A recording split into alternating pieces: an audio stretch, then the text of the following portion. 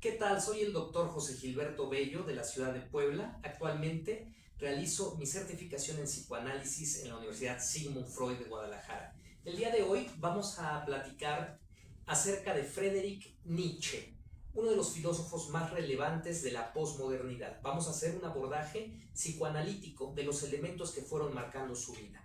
Friedrich fue hijo de un pastor protestante y una devota mujer.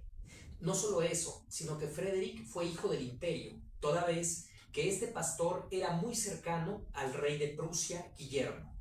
Es por ello que su nombre es Friedrich Guillermo Nietzsche. Con el tiempo dejó de utilizar el nombre Guillermo y se quedó solamente con Frederick. Hay cosas muy relevantes de la vida del filósofo que determinan los elementos que fue desarrollando con el tiempo. Tristemente, conocemos el desenlace del filósofo. Terminó en un sanatorio de Basilea aquejado de un problema que hoy diríamos psiquiátrico. En su momento, el asunto era una clara consecución de la enfermedad que vivió su padre. Parecería un asunto genético, donde ellos simplemente decían reblandecimiento cerebral. El padre de Nietzsche muere muy joven, cuando el propio Frederick ni siquiera había logrado su proceso de castración. Y sin embargo, el padre representó para Frederick su más grande sostén en su momento. Fue el propio sacerdote, el propio pastor, quien llevaba a Frederick casi todos los días con él a celebrar sus compromisos religiosos. Este elemento determinó que Frederick, además de ser un devoto, fuera un gran ideal de formación política. Quiero decir con esto que Frederick estuvo muy cercano a los elementos políticos que se vivían en Prusia. Estos elementos políticos estaban marcados por una guerra intestina que se daba con la hoy Alemania. Estos elementos determinaron que el joven tuviera ciertos sobresaltos dentro de su infancia. A la muerte de su padre, el pequeño Frederick se queda ocupando un lugar muy relevante al lado de la madre. Y esto, por supuesto, es determinante. Toda vez que la madre de Frederick, un tanto neurótica desde luego, ocupa al pequeño Frederick como un sustituto de la presencia del padre. Frederick va a ser además cuidado, aconsejado y mimado por las hermanas de la madre, es decir, por sus tías. Y esto va a determinar en el joven una sobreprotección y se impedía de algún modo que Frederick pudiera desarrollar un yo fuerte. Y si lo hizo con ideas un tanto extrañas y no cumpliendo sus procesos de fantasía y deseo. ¿Qué es lo que más deseaba Frederick? Pues deseaba que el padre volviera, el padre que le había dado sustento, el padre que le había dado cariño en un inicio. Esto jamás va a suceder. Y Frederick, con el paso de los años, va a tratar de sustituir ese amor paterno por figuras que nunca logran el cometido. Entre ellos, el músico Wagner. Esos elementos hicieron en el niño buscar constantemente objetos que le llenaran esta falta.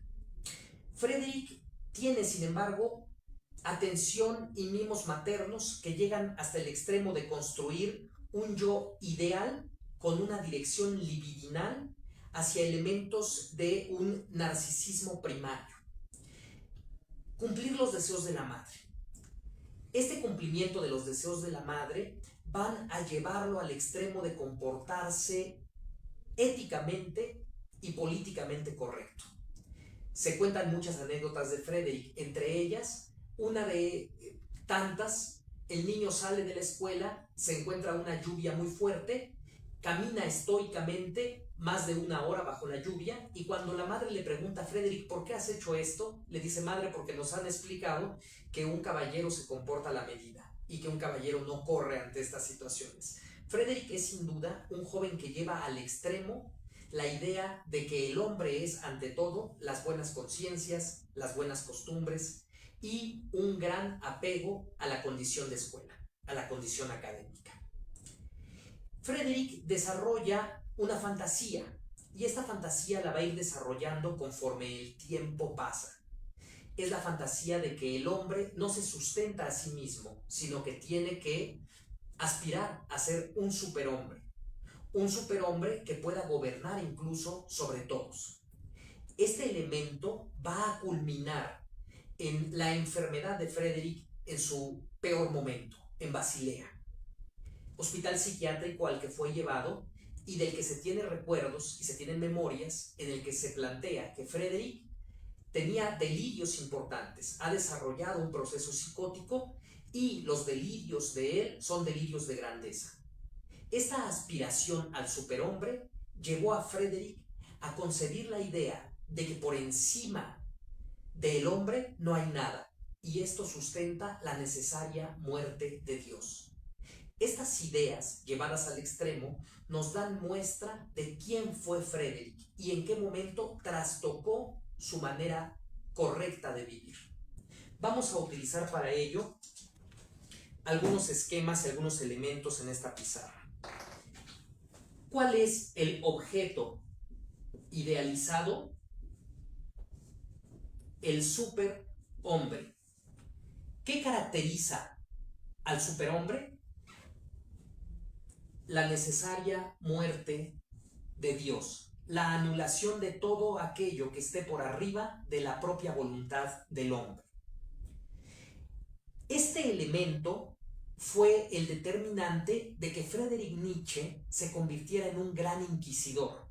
Con esto queremos decir, Frederick tuvo un narcisismo que se rompió, no pasó más que del narcisismo primario. Cuando Frederick se disponía a pasar a un narcisismo secundario, fue el momento justo en el que el padre muere. Es por ello que este narcisismo es terriblemente centrado sobre sí mismo, y esta aspiración a este objeto ideal va a recaer sobre él y va a generar una especie de sombra en la cual Frederick va a ocupar en mayor parte de su tiempo diseñando teorías filosóficas que a la base tienen la necesaria anulación de los sentimientos para solamente quedarse con un razonamiento puro. Este razonamiento puro lleva al filósofo a pretender que encima de él no hay nadie y que él prácticamente tiene las tablas de la ley, las tablas de la verdad. En este gran super yo, desde luego que lo que seguía es que se negara el yo, se niega a sí mismo, se anula a sí mismo. Este super yo que proyecta esta sombra termina por anular propiamente todo el yo de este filósofo. Este pensamiento y fantasía van trastocando la vida diaria del filósofo. Lleva en su necesaria búsqueda de placer a lograr que el filósofo se vaya a hacer uno con la naturaleza. El único sitio donde Friedrich Nietzsche era feliz era en la montaña, en los ríos, dando largas caminatas. Esto podría ser una sublimación, desde luego. Sin embargo, en el filósofo parece no funcionar. Hay una mala cadena de significantes. Desde luego que estamos en el proceso de entrar en una patología de tipo psicosis obsesiva. Esta psicosis obsesiva pronto va a mutar a ser una psicosis de tipo delirante. ¿Cuál es el delirio que más se percibe en el filósofo? El delirio de grandeza. Este delirio va a reforzar los núcleos psicopáticos que el propio filósofo ya poseía. En esta psicosis va a estar atrapado entre un ideal del yo y un yo ideal. Por supuesto que si Frederick se hubiera sometido a psicoanálisis, tendrían que haber buscado que se cumpliera su yo.